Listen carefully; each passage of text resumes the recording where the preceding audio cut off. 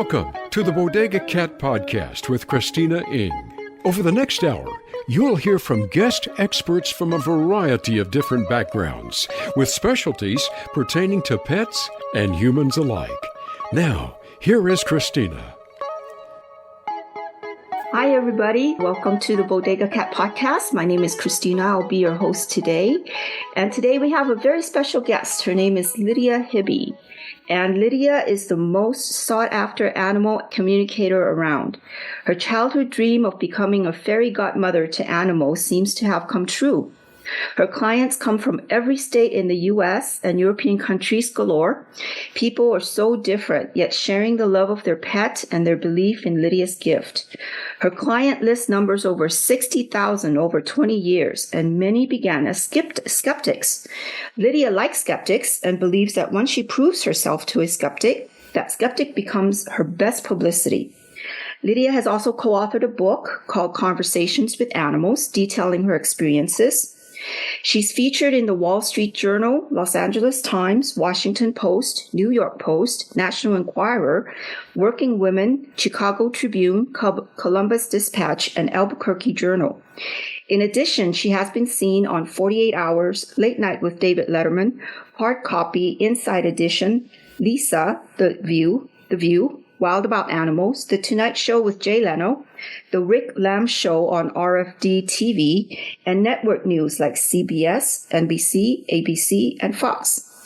She's currently working on a new book titled More Conversations with Animals. Wow. First of all, I want to thank you, Lydia, for coming on. I felt kind of honored to have a celebrity here. Well, you're very kind. Thank you for the invitation. I really appreciate that. And cats are close to my heart along with other animals, but it took me a while to learn them. So yeah, they're fabulous. Yeah, they are very special. So you and I first connected, I think, last year before I opened my center. Mm-hmm. And I haven't opened yet, but you were kind enough to introduce yourself. And then you came on the blessing ceremony, which is my opening ceremony. And if anybody wants to watch, it's on my website. And thank you so much I don't know if you were able to attend because you're so busy. But anyway, so we kind of, and then we had, I was searching online, just kind of do what I always do. I go down a lot of rabbit holes. Mm-hmm. And one of the websites I saw, you were on as a spiritual teacher. And I said, hey, I know her. I get around, Christina. I know. So I contacted her and I asked her to be on my podcast. So we'll see what happens. But she is excited. She says hi. I don't want to name any names. Well, that's great. That's great. Tell her who she is after we hang up here. But anyways, I wanted to start with how you started on your journey, because as an animal communicator, healing is such a big range. You got your physical and then your emotional and all that stuff. And then you got your psychic, which is the other end of the spectrum. And so how did you get started? Did you always knew you had that gift? Does it come natural to you? And what was it like? Well, that's a very good question. The best part about what I do is everybody already does this, and I'm sure on some level they can resonate with that. Children are great at it. You can put two babies from two different countries together, and they can connect with each other. So it's picture talking, emotions, physical sensations. My mom, blessed, she wasn't an animal person. It's only because she was in the Depression era and they didn't have pets, but she knew I was craving them. So she would take me on nature walks around Connecticut while my brother was taking a nap. And I think I was like 4 or 5. And then I would go down for my nap. My grandmother would watch us and she'd go back to the neighbors and they'd go, Mrs. Hiby, your daughter's a little out there. Because they validated everything I said. And now I have nieces and nephews, and my 5-year-old nephew, a couple of weeks ago, I was on the phone with him and he goes, Aunt Lydia, the dog told me this. And I was like, yay, I love that, so kids are really good at it. They're fabulous. And the cover of my book is me talking to a goose. And so when it finally came time to pick the cover, my publisher is like, this is the picture. And I'm eye to eye with a goose when I'm like 4 or 5 years of age. And I looked at my dad because he was in on the meeting. He took the photo. photo. And I said, did you not think your daughter might have been a pirate? And he's like, I don't get it. And I said, geese are very nasty. And I said, I could have had my eye taken out. I would have had an eye patch the rest of my life. My and then gosh. he cracked up and she's like, oh, I didn't realize that. I said, yeah, geese and swans, not very nice. But in any event, his comment back was, well, you look like you were having a conversation. I said, okay, I'll shut up now. There we go. So I started riding horses when I was younger, like a lot of young girls. I also used to drive my dad so nuts. We had a local stable. I grew up in Staten Island. That's where the ferry boat goes back and forth, and from Manhattan. And so he couldn't do anything on a Saturday until he, quote unquote, took the kid for a damn pony ride. That was verbatim what he said, because I was so crazy about it. I ended up growing up old enough so I could run the pony track, and then I started taking trail rides out. And then I went on to vet tech school, which I really loved, and it was a 2-year college, and I was going to go on and be a veterinarian. Just never happened, but that's okay. God had other ideas, but I always immersed myself in the animals. And when it got to a point where I was happy doing this full time, then I was also living in New Jersey at a horse ranch. So, at that point, I was young enough that I could do both. So I would go to the clinic in the morning, do surgeries and lab work and everything, all the things that vet techs do. And then the afternoon, I was a show groom, pulling out horses for lessons and teaching lessons. And so this was a big place in New Jersey where back in the day, we did lots of big horse shows. People would roll up with, big vehicles, and their kids came from school, and we have the horse ready. And we went to Madison Square Garden, and some of them went on to the Olympics. I mean, this was a big time place. But we had an indoor arena so that the horses could be ridden in the cold weather. Anyway, the owner of the barn, her name was Angel. She said, I invited this woman from California to come talk to the animals. And I forgot I did it as a child. I'm a New Yorker. I'm a skeptic. And so I was like, yeah, okay, whatever. I just didn't have time to pay attention. Well, eventually, Beatrice Leidecker, that's my mentor, and people can find her books, I'm sure, at different places. She's been doing it for a long time. She came the first day, and everybody kept running up to me at the end of the day because I wasn't there all day. I was at the clinic. They're like, oh, she knew this. And I was like, okay, yeah, whatever. I can't watch her. And so I just dismissed it. Again, not a very bright move, but I did. So the second day was Sunday morning, and I had to go to the clinic, and I went and did the treatments and came back. And now, after 2 days of this gal being here, there were all more cars here. People had cameras. I'm like, what is going on here? You would think that there was, this was a big deal, I guess. I mean, I just really had no concept of what she was doing. So long story short, we had a huge indoor arena that had glass all the way around it so that people could see. And I lived above the barn. And in so doing, what I had to do is go upstairs and get my clothes changed. And as I was going past the windows, she had let all her German Shepherds, she trains German Shepherds for the police department. And so she had let them exercise in the indoor arena, and they're just running around, rolling around the dirt. But as I was just about to head up the stairs, something told me to look back, and all of a sudden the dogs had froze and they were staring at something. And I'm like, well, there's no horse in there. And I look around the corner, and here's one of the barn cats that made the fatal mistake of going in with his 8 loose dogs. Oh my and God. This cat looked like a Halloween cat. And she was the smallest one, but of course the mightiest of our mousers. And so her name was Mighty Mouse for that reason. So I go in there and I go to pick her up, and she was like a Halloween cat, and she glued herself, and she's like, get me the heck out of here. And I looked at the dogs and said something verbally like, that's not very nice. And I walked out with the cat. Well, my trainer saw me, and she goes, what is the matter with you? Did you not think you could get attacked by those dogs? And I'm like, I didn't even think about it. And Mighty Mouse was purring. She was drooling on me. She jumped down. She goes, you saved me. And then off to the barn she ran. So I didn't think anything of it. Well, by the end of the day, every time I passed by a crowd of people, which I now have when I do groups, Beatrice would catch me and she'd go, I want to talk to you. And I thought, oh, great. She's going to yell at me because I got mad at her dogs. I just said something to them, but you never know. It's people's kids. So I avoided her most of the evening. Finally, she just kind of grabbed me and she's like, can I talk to you? And I was like, okay. And I started apologizing to her, and she goes, no. She said, I want to talk to you because you did go in with my dogs. They were fine with you. And I've talked to the horses here that you're caring for, and they're telling me, I say with air quotes, they're telling me you're talking to them. And I was like, I didn't expect the tables to turn. So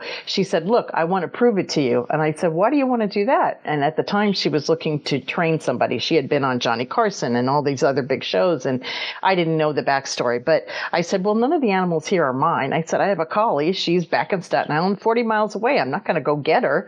And she goes, oh, get a picture. I said, what? She goes, yeah, get a photograph. I'm like, oh. I said, I have one upstairs. So she said, go get it. So I'm walking up the stairs going, I don't know what's happening right now, but okay. So I brought down this photograph of a collie, and she looked at it in 2 seconds. She told me the inside of my mother's house, the relationship with the dog with my family, how I came to get her. She was a gift for me for Christmas, like stuff she couldn't have known. And I'm sure by the time she was done, as people have done with me, my eyes were bugging out of my head. And I was like, what is happening here? And she said, look, I wanted to prove it to you because I can teach you how to do this. And I'm like, really? And she said, yeah, everybody has the gift. And she said, I have to go to my next location, but if you're ever interested. So she hands me a business card. She drives out the driveway with all the dogs. I call my mother and I'm like, you'll never believe what happened. And then she reminded me, she said, you used to do this as a kid. It doesn't surprise me at all. So then I had Beatrice come to New York to teach a class. It was also during the dog show, so she showed her dog. And so that's how I was able to really validate for myself that it can happen. I can teach people how to do it. And after actually the intro that you did, which is lovely, I have to update it because I had my 40th work anniversary in November. That's how long I've been doing it. It's crazy to think that, because every day I wake up and think, okay, what if I can't do this? I say a prayer. I always give the glory to God. It's through him. But it's amazing. And yesterday I talked to somebody who was in Dubai. She's a client of mine from California. She's moved there, and she actually took my class 2 years ago, and she's still having problems with one of her cats. So it's just amazing that no matter where we are. So the way I kind of basically break it down to people is, like, we know, for example, planes can talk to each other, but you can't dial it in on your car radio. So it's frequency. Okay. And I think most people can resonate with that now, especially with the EE systems. But beyond that, the fact that you can ask an animal a question and they can get it. So when you say any statement, like if we were going to talk to one of your kitties, we'd talk in English, but whether you don't have to worry about if you're in another country and that animal predominantly knows Spanish or German or French or whatever it is, pictures are the same. And so sometimes for me, it just is easier for me to ask the questions like, what does your home look like? And send it, like you click a button on your computer or your phone, and then in 2 seconds you get a response and the person goes, oh my God, how did you know that? Like, that was amazing. So, and it just is practice. And so now I am teaching on Zoom platform. When COVID first hit, everybody had to pivot. I wasn't sure how it would relate, but I also do a master class now on Sundays where we do 14 to 15 photographs, one animal right after the other. And the students are getting it. So thank heavens it related to this format as well.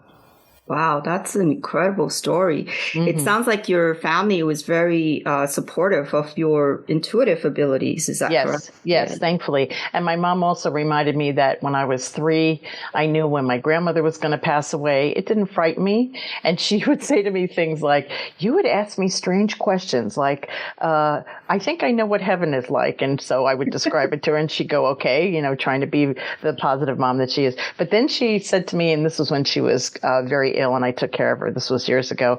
She said one time I made the statement of, when we don't have money, we'll be bartering. And now I'm thinking, wow, where did I come up with that? I'm like, okay, ooh, That is incredible. There is so much foreshadowing in what you talked about. I mean, you talked about communicating with animals. I'm thinking part of it's telepathy, right? It is, yes, very much so. Absolutely. And that is our superpower. I always think about, us having superpowers like the X-Men. They have their superpowers, but they still have to go through training. They still have to have a mentor. And absolutely. That's kind of, where we're at right now. And it's a very exciting time. And I remember, in the Bible, I'm not a religious quote unquote person, but I remember the Bible talked about, what is it, the lion and the lamb? Laid down with each other. Laying down together and being very peaceful. And it's just incredible. In my center, I have a little garden statue of St. Francis of Assisi. I love that. I saw that. Which is the patron saint of animals. Yeah. That saint and Noah, my two heroes. Well, Saint Francis of Assisi, that's one of his many reincarnation, but really the avatar was Master Katumi. Yes.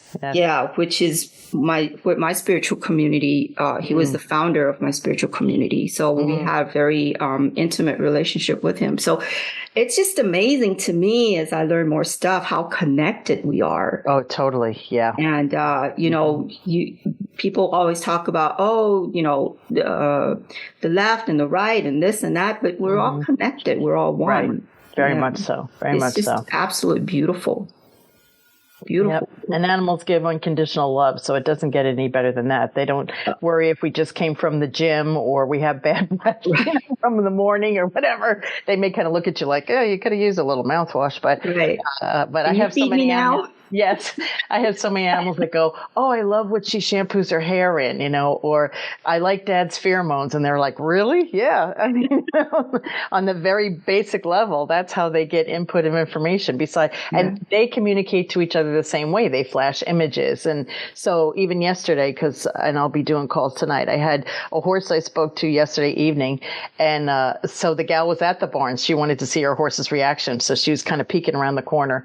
And so I was going to I do a body scan. That's part of what I do. And first off, I don't say I'm a veterinarian. I was a vet nurse for 18 years, but I can see myself as a detective. And so I do a segment in every reading, which is a body scan. So I always ask the animal's permission. And then when I can, I step in. So I had just said to this gal, Claudia, I said, well, I just asked him permission and he gave me permission. And so he stuck his head out of the stall. She's telling me this. And he's looking up and down and he looked to his left and he kind of nickered to one of the horses.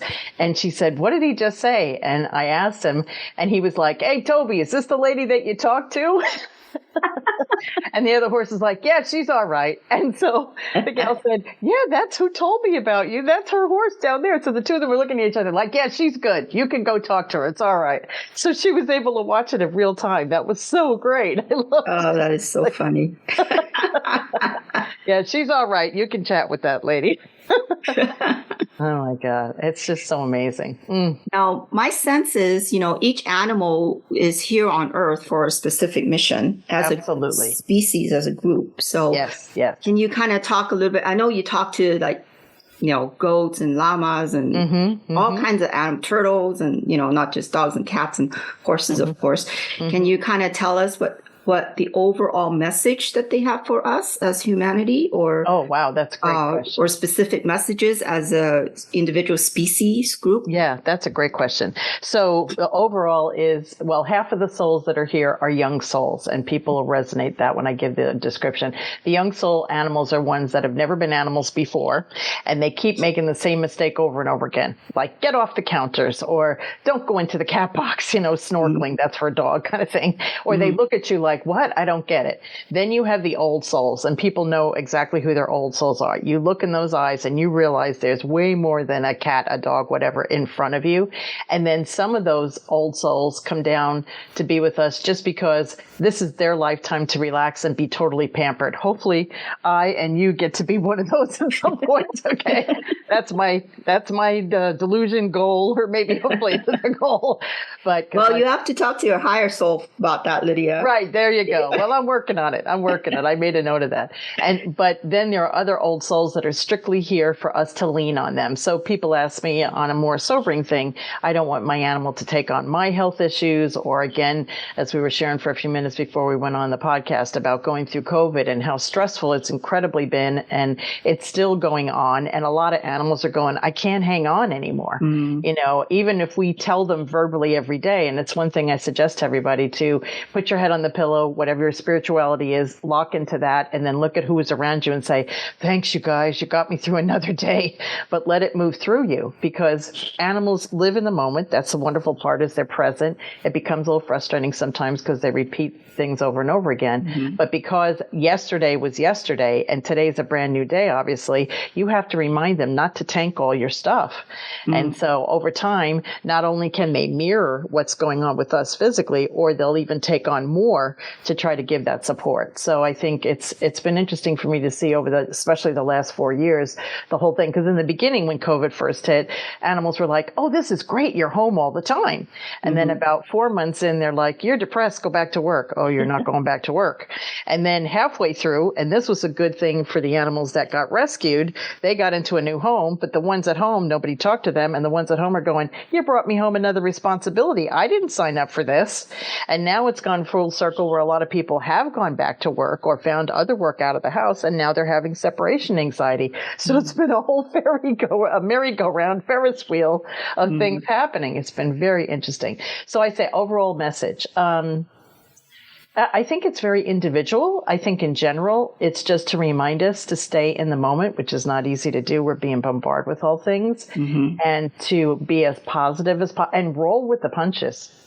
I mean, I guess I've been more one side of my brain task oriented with the vet tech side, because you have to be, but to be in the moment with them. There's so many animals that it's mostly, for most animals, it's quality time, which I love, and that's great. But the young souls, 24/7 is not enough. So they're always like, gimme, I want this, and you need me, and I want you to hold on to me and stuff. And so then it becomes a law of attraction. So yesterday I had another gal, and she just rescued a beautiful orange tabby cat, and he's climbing all over her. And she said, I've never had a cat that is this needy. And I said, no, I need you to reframe that. He is not needing you. He is trying to get you to acknowledge him, yes, but then embrace it. Don't resist it. And I said, once you hug him and say, thank you for checking in with me. I think his name was Captain. I think that's what she called him. And I said, then when you put him down, he'll realize, okay, I gave her what I thought she needed. Now I can go and rest. So this morning I got a text, and she showed me a picture. Here's Captain happily napping. She goes, he's been this way for 4 hours. I'm actually getting some work done because he was on her keyboard and rubbing all over. And so, sometimes when people think animals are really needy, it's not that. They're like, you need to check in with me and get grounded, even if that's a moment acknowledgement. So I would encourage anybody that's like feeling a little, it's like going to the hairdresser. People that have straight hair want curly hair. People that have curly hair want straight hair. So people that have needy animals, some people really like it. And the ones that have very balanced animals, they're like, I want them to come and kiss me and hug me. Why won't they do that? So it's like one extreme or the other. It's kind of interesting. It's kind of interesting.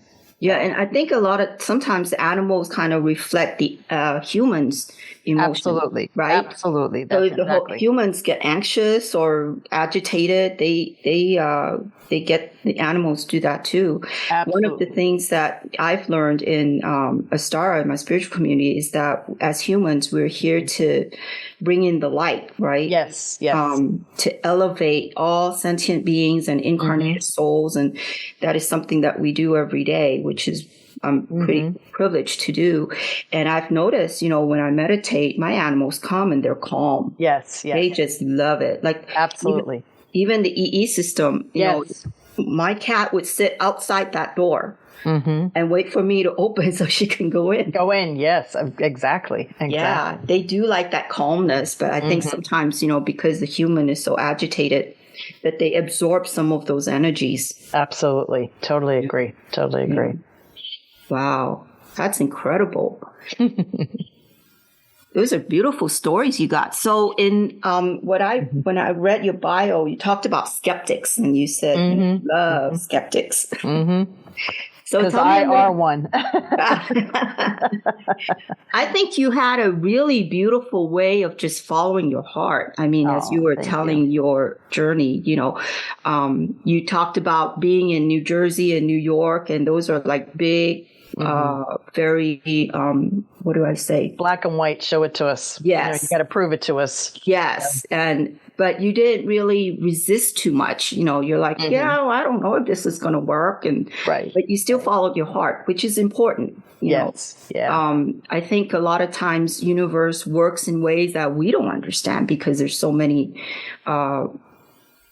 elements and factors involved that we can't see. But, our job is to follow our heart and know and look for the signs, right? Absolutely. They leave us little clues and we just kind of follow them. So that was a great story you had about how you kind of follow your heart and you just kind of, and how one event kind of lead to another. But anyways, is there a skeptic story that you kind of? Oh, sure. I've got plenty. I'm sure you can. So let's see. I think my best skeptic story is me. I mean, after Beatrice proved it to me, and the other thing she brought up, which I didn't add to the story, but it'll make sense now. The horses that I personally took care of were the ones that people had given up on because they had very bad behaviors. And when you're dealing with an animal that big, one horse was named Mr. Hyde. There's a big clue right there. Oh.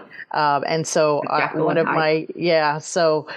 the gentleman who ran the place, I knew him for a long time and he was a personal friend. And he said, oh, we just got this new horse in, Mr. Hyde, and he's been here 2 months. He said, here, I need you to pull him out for a lesson. So when I was walking down the barn aisle, I hadn't really met this horse because it was like a 35, 40 stall place.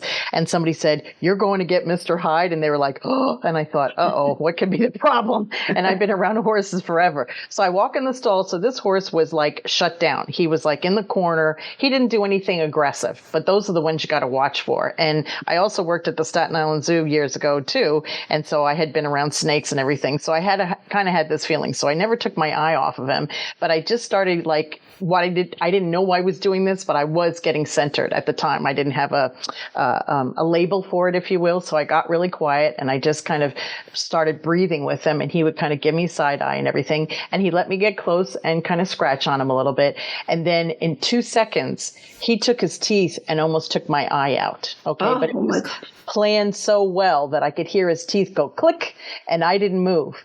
And then he stepped back like I was going to beat the daylights out of him, because I'm sure that's what happened. And because I just stayed grounded and I know I had my guardian angel there, he actually yawned and came over to me and put his head in my chest. Oh, and the gal who was behind me, she was like going to jump in and do something. Thankfully, she held her space too. And she goes, oh my God. So then he was my horse to take care of. And once I put somebody on him, he was good, but to get into the stall. So that was the first skeptic thing. Then when I met Beatrice, flew out to California, decided I was going to follow her around, not really sure if I could utilize this. My main job as a vet tech was to be an x-ray technician. And so most of the time you would anesthetize an animal to get them to lay down and be quiet. I didn't want to do that. I thought this is why I'm going to learn this technique, because I could visually tell them it's, just lay down, take a nap for a minute. I'm going to take a picture. Really, that's the only reason I took the class. Mm-hmm. So I went to the whole class. It was 2 days at the time, and I was trying to practice. I had worked a 40-hour work week. I was exhausted, but I, listened to all the information that Beatrice gave me. I had the notebook. It came time to practice the second day. I got nothing for the 4 hours of practice. So I came up to her afterwards, after everybody left, and I was like on the verge of tears. And she goes, I know you were over trying. I'm like, I'm never going to get this. And she said, just go home, get in the bath, rinse yourself off. You'll be fine. And so that was Sunday night. So I go to work Monday morning back at the hospital, and just hang on. It'll make sense. So the first animal that came in was a cat that was a Good Samaritan had found out underneath her car, had a dead kitten next to it. And obviously she was in severe distress having another a kitten. So she brings this cat in the box, and it was a rag doll, and the poor thing was exhausted. So my boss gave it fluids, and he handed her to me in the box, and he said, go take the x-ray. Well, the x-ray in most places in a vet hospital is way in the back of the hospital. So I went all the way to the back, and I had to set the machines. This is like so long ago, and now it's like so more streamlined. But I had this exhausted cat on the table, and I was able to leave her there and I had my back to her only because the machine had to be calibrated, but I kept looking over, but she was so wiped out. I didn't worry that she was going to fall off the table. So I'm doing my thing. All of a sudden I heard very clearly, is my kitten dead? And I'm looking around like, nobody followed me here. The door is closed. I looked at her. She's looking at me like, hello, you can hear my thoughts. And I'm like, nah, that didn't happen. I totally disregard. Back to doing the machine 3 times. Finally, she sat up and she was just about to try to meow to me. And I turned around and I was like so gobsmacked. And I said to her verbally, I said, yes, your one kitten is dead. And she dropped her head and she went, oh, that's not good. And I was freaked. So I did my job. I brought the cat up. I called Beatrice on the phone. Back in the day, we didn't have cell phones. And she goes, see, I told you. She said, I knew you just had to get out of that other side of your head. You were trying too hard.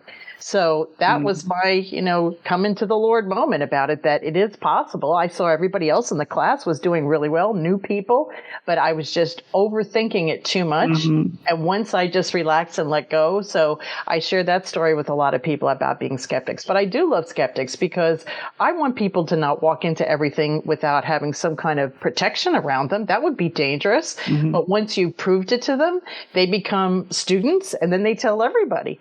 So it doesn't bother me anymore. And I also say to people, whatever's supposed to come through is supposed to come through. I don't know everything. And there are a lot of times I don't want to get in the way of the path of God, universe, source, what everybody, we all have our life paths. And yes, we can change them.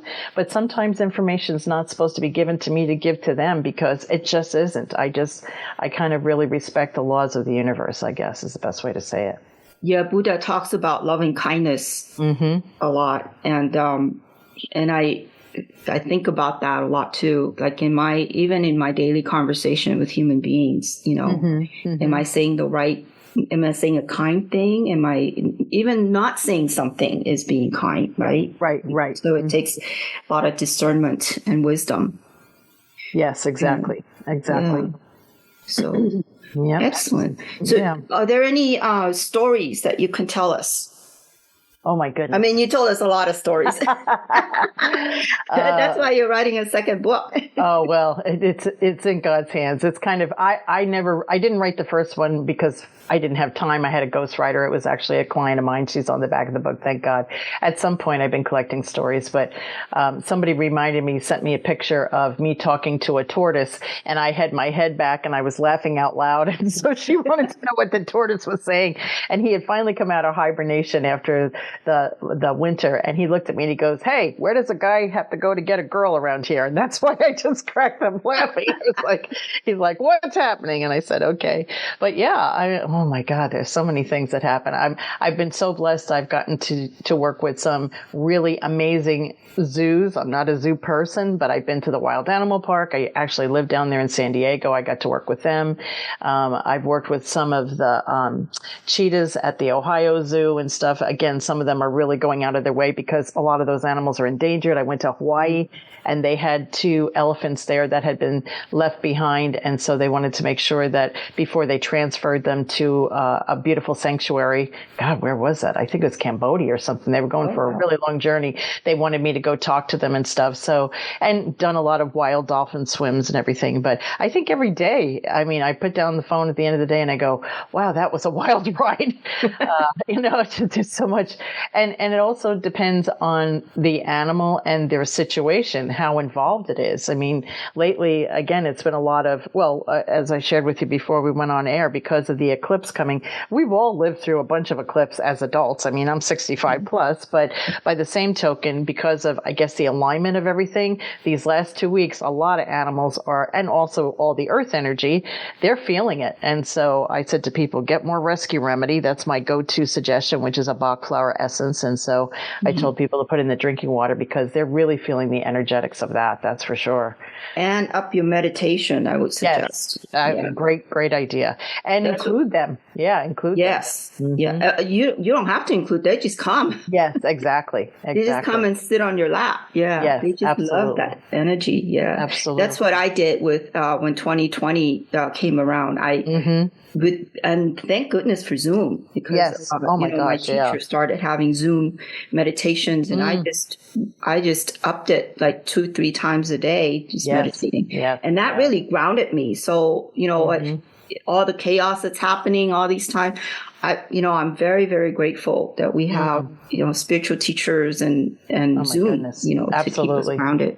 Yes, absolutely. Absolutely. So somebody asked me once a long time ago when you were asking about stories, was there any animal that never didn't want to talk to me? And I was probably in my 3rd or 4th year doing it professionally. And I would go to do a ranch call, which means people would call me up and say, come at 10 o'clock. And they'd randomly pull out horses like when I first met Beatrice. So at this point, we were going to each stall, but not one right after the other. So I went up to this one horse's stall and he was way in the back with his head down. down, but I could feel right away he was grieving. And so he kind of turned and looked at me and he goes, I'm not talking to you today. I'm grieving. I lost my owner. So I mentioned that to the gal and she said, yes. She goes, that's exactly why I want you to talk to him, because he's my horse now.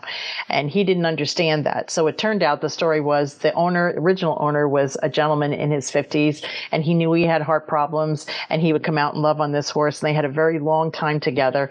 But because of his physical health, he had put in his will that this young lady who invited me was going to get him.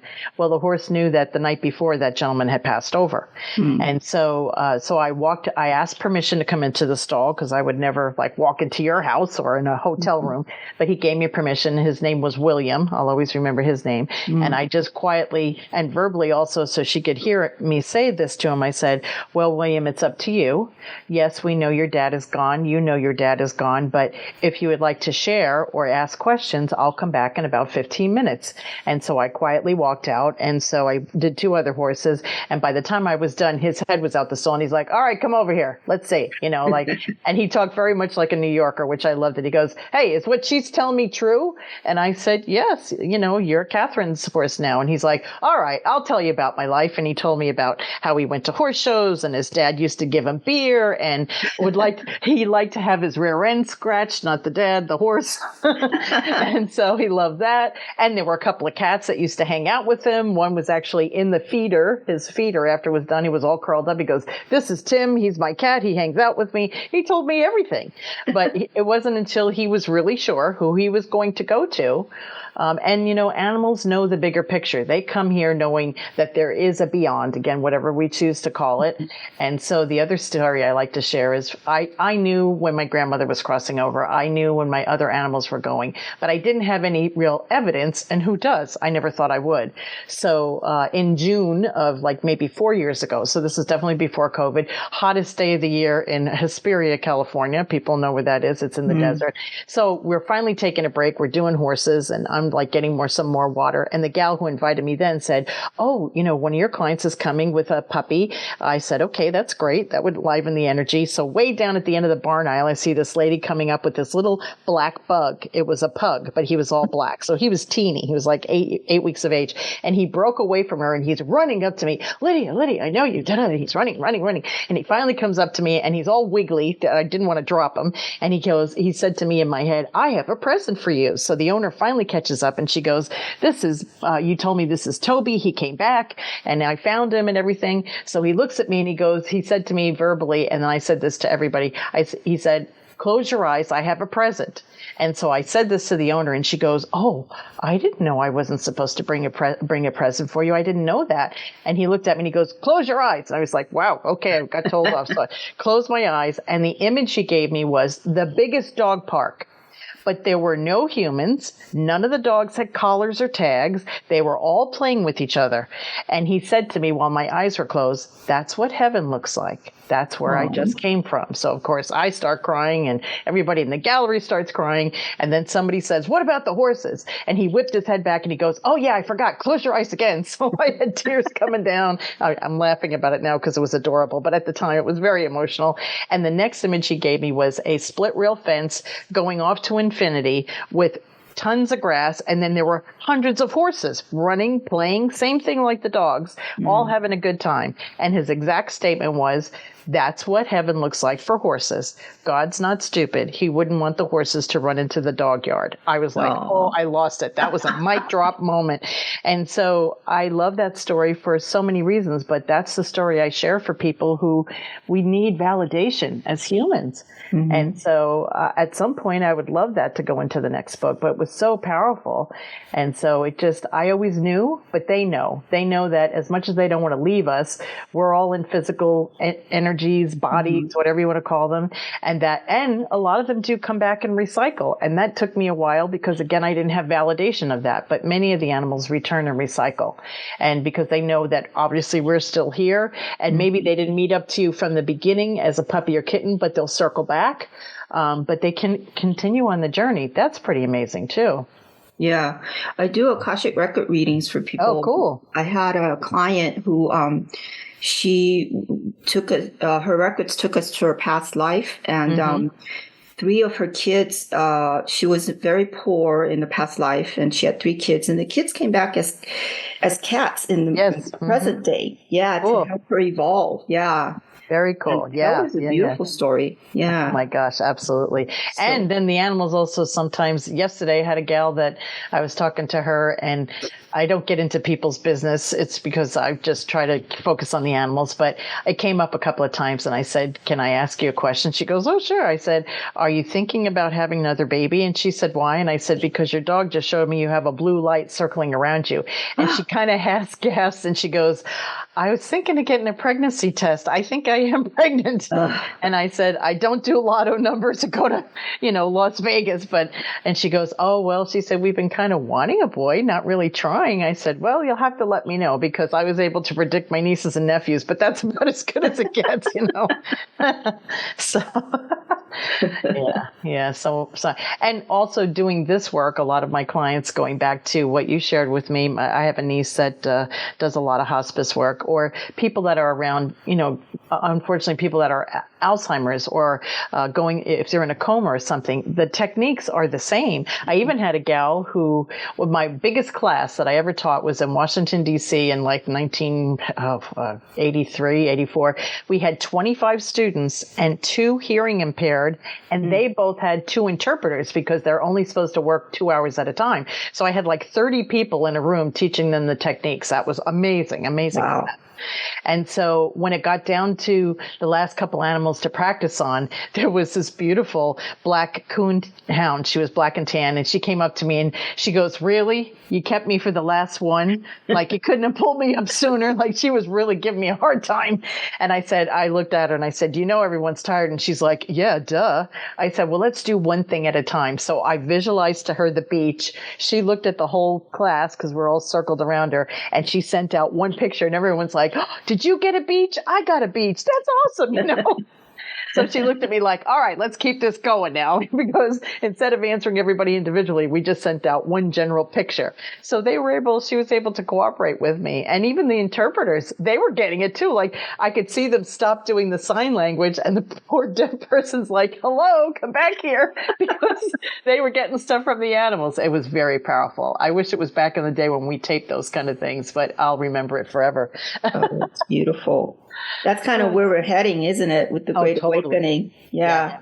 I was thinking, maybe one day our vocal cords will be not working, because we're all isn't that interesting? Communicating with each other telepathically. I don't know. Interesting. Yeah. And also when you think of there's an Aboriginal tribe in Australia that still, does telepathy. They haven't, evolved and gotten it revolved. We're saying we're evolved. They haven't morphed. That's a better word. People are going evolved. I don't know. But yeah, it's amazing. I did go to Australia. I didn't get a chance to meet them. That was a long time ago. I did a whole tour down there. But yeah, it's amazing. It's amazing. And I also enjoyed working at the cat practice, coming back to kitties. They're my love. I never had cats growing up. It's not that I loved all animals, but my mother's like, one pet, what do you want? And I was a Lassie fan, so I got a collie. So the only time I saw cats at a cat hospital when I was interning, as I was going to vet tech school, they were stressed out, the poor things, and so I didn't understand them at all. Now, I did work at the Staten Island Zoo, and that was years ago when they did have a tiger, a bobcat. They don't anymore. But, I didn't interact with them. I interacted with they had a little petting zoo. So long story short, I didn't have to deal with them. And then my boss said, look, one of my best friends, his vet tech is pregnant. She's has to rest now, and he needs somebody right away. Can you go up to Manhattan for 3 days and fill in? I thought, yeah, sure, why not? So, that was the best 4 years I ever worked anywhere. But the first day I walked in there, and it was on a 3rd floor loft. It was beautiful. Everything, there was not a piece of metal or steel anywhere. There were wicker chairs. They had, instead of cages, they had wooden cubicles with glass fronts and separate air filter systems for each unit. They called them cubes. And so the cats were very relaxed, and we would put them on this polyurethane wooden table with a towel down. They were so relaxed. So many cats that had been stressed at other clinics for all the, the reasons would come in and go, oh, this is great. And then on top of it, we would give out cosmic catnip, which you can still get on Amazon. I'm not a rep for it. That's what we used. But my boss used to call it kitty cocaine. And so after we did the pre-anesthetic and everything, then he'd say, all right, put some catnip in everybody's cubes and stuff. And by the time they were ready to have their surgery, they were like, wow, man, this is great. They were so relaxed. And so I learned how to handle them. And one of the biggest takeaways, and I know you know this, but a lot of the people maybe listening don't know, just put a cat and a dog together. And obviously they're different situations. But when a dog gets agitated, they have the same amount of blood running through their system. Why is that important to know with cats? With cats, they store all their blood in the liver. And when they get agitated or scared, that extra blood dumps into the system. That's why they can become hyperkinetic. They'll go up a wall with no traction. I'm sure people have seen that. They can just get so enraged. So the safest way to shut them down, which again, I know you know this, but we would tell people put a blanket over them or a bathrobe or a sweater or something. Once you cover a cat, all that blood gets sucked back into the liver and they come down 50%, if not all the way, when they're agitated. So let's say you have two cats that are really going at it. You just throw a big blanket over the two of them and you'll hear this a little bit of squabbling. And then somebody usually kind of slips out and gets out of the way. But that's the safest way to shut it down. Where with a dog, it's a totally different thing. And so I got so comfortable with them that I was able to hold them quietly for a blood sample. And then when I went to California, they called me the great white hope of New York because I could hold any cat. I couldn't take blood because I got curved pinkies, but I could hold them and they could sit still and we could get the job done.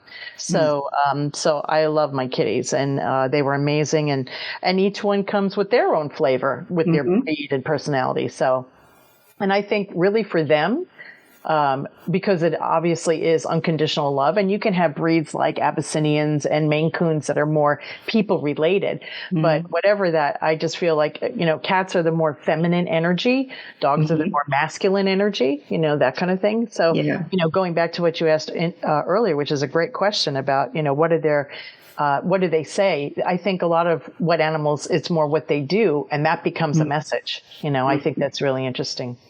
Yeah. Yeah, I like the way you say cats are more feminine and dogs are more masculine. I can see that. Yeah, I always feel that dogs are here. You know, I talked earlier about animals having their mission in life. Dogs are here to teach us unconditional love. Yes. And cats are here for to help us connect to our divinity. So, I mean, at least from my limited experience. Yeah. I have a magnet on my refrigerator that says, dogs love everybody, cats have staff. You know? Exactly. It's like, what's your message? Leave it on the machine. I'll get back to you in a few minutes. That's right. They're so funny. Yeah, they are. They make me laugh every day. Yes. Every day. Yeah. And those my cat videos, I make a point to watch it, you know, at least 5 minutes every day just to laugh. Because absolutely. That really helps, you know, loosen up, you know, some of the humans, at least. Yes. You know, your energy. Yeah. Yeah, when they get in like the smallest places, you know, like a glass brandy snifter. Why would they do that? You know, and when I've asked them, they're like, it's just interesting. And because I can, you know, I'm like, okay, fine. Right. And my boss used to say, you know, when they're sitting and they're measuring how many inches to the micro to jump up on something. It looks like they have a little mini tape measure, you know, they jump up. Or if they miss, they're like, oh, I meant to do that. Never mind, you know, kind of thing. It's so funny. They're just so incredibly amazing. Yeah. I mean, just looking at my cats and some of their behaviors. Yes. My partner and I can say the same story over and over. We still laugh. Yeah. I know that. And going back to the whole earthquake thing, when I lived back in California for 38 years, one of my cats the night before, he would like tap my forehead like, oh, there's going to be an earthquake. And I'd be like, okay, I got it, Magic. Thank you. And then he'd come back in an hour. It's going to be an earthquake. And sure enough, there'd be an earthquake. I mean, obviously animals can feel it all the time, but he was able to really predict them ahead of time. So he was magical that way. Yeah. Pretty amazing. They're crazy. So are there any animals that you haven't worked with that you want to work with, or any particular animal that you're not really care for? Wow. Let's see. Well, I worked with a lot of snakes. We had baby rattlesnakes where I lived up in Acton. I moved them around. They were fine. I got to do elephants. I've been out with the dolphins and the whales. Goodness. As far as something I don't want to work with, well, okay. Somebody asked me about working with sharks. They're obviously reptilian brain, but there was a video, and maybe you've seen this too because it was circulating around, of a shark bringing a turtle to a boat to deliver the turtle. And the guy was like, "Oh, that shark's eating," and then you can hear him on the video going, "Oh, dude, I think he's bringing the turtle over to us." And the shark came to the back of the boat and had the turtle and waited until someone had the turtle, and then he opened his mouth and swam off. Tell me, like, I never thought that would have happened. Goodness. It's just. It's crazy. So I can't judge. And there are people that have gone, diving with sharks, and they're like, "Oh, they're cool." I'm like, "Okay, that's on you." We actually got to see a tiger shark after, I guess it was one of the eclipses years ago when I was visiting Florida. We were out with the wild dolphins before they sanctioned not to go in the water, which is a good thing. I'm not against that at all. But we happened to be out there, way out there, and we saw a tiger shark. And so the guy driving the boat got so excited, he ran down and somebody was holding his ankles as he was taking pictures. I was driving the boat. I'm a smart person. I'm like, I'm not going to be doing that. But she was like as big as, she was at least 30 foot long. She was just cruising through the water. And so as I finally kind of was paying attention where I was going, because I wasn't going that fast, but I started talking to her and she's like, "I'm just giving you a message. The earth is, coming up a level, guy." And I was like, wow, so powerful. And then people also ask me about, can you get the fleas off my dog or the flies out of the barn? Valid questions. Or ants, Well, okay, when it's something that small, they have a collective hive mind. And so you really can't change things with them very much. You can, we were out riding horses and someone had jostled a wasp nest and they all started coming towards us. And so I shouted to everybody, "Think love." And they split and came right past us. Nobody got hurt. And everyone's like, "Okay, we've never seen that happen before, so we will register that and do that if that ever happens again." But we were all going to get stung so bad. Wow. Again, there was another time I was out with my horse and I saw the back end of a snake. And so when snakes go through a shed, they're the most dangerous because they're the most vulnerable. I knew that from the guy I dated. And so I got close enough to it and had my horse stand still. And I kept sending energy to the snake, kind of like the Wizard of Oz, pull your tail in. So it finally did. And then my horse tippy-toed like an 1,800-pound horse could, very quietly past the snake. And I said, "Good job. That's awesome." Oh my goodness. Yeah, we had a road runner up at that property. I mean, and he stopped. He didn't look like the one on the cartoon, but he stopped and he goes, "Hey, I'm a road runner. How you doing?" And he just took off. I was like, wow. So yeah, I haven't really found anything I didn't want to check with. I've worked with so many animals. I'm so blessed. So yeah. That's incredible. Sounds like you work with both wild and domestic animals. Yes. Yeah. I enjoy it. Wow. Oh my goodness. So we have a few minutes left. Are there any topic that you wanted to discuss that we haven't touched on? And maybe in the last few minutes you can have any words of wisdom and things like that. I'll try. I love that. Thank you, Christine.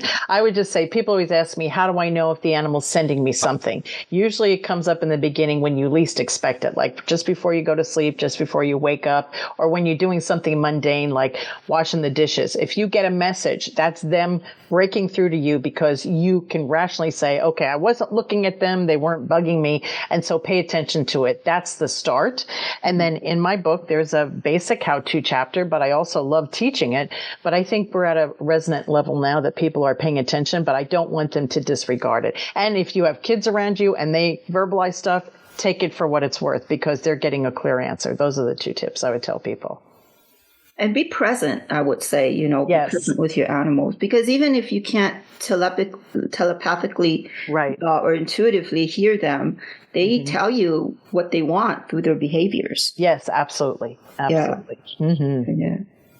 So, okay, we have 2 minutes left. Any words of wisdom? And then, I do phone calls. If people want to do a session, my website is lydiahiby.com. They can click the link, and I love doing sessions with people. Like I said, I have the teaching. The book is out. At some point, maybe the second one will come out, and I'll eventually want to stop by and see your center. And I've been to 8 or 9 different centers, and I'm looking to open one here, hopefully in Panama City Beach. So I'm looking forward to that too. Wonderful. You're welcome anytime. Thank you. Come and stay overnight, and we can. That would be great. That'd be great.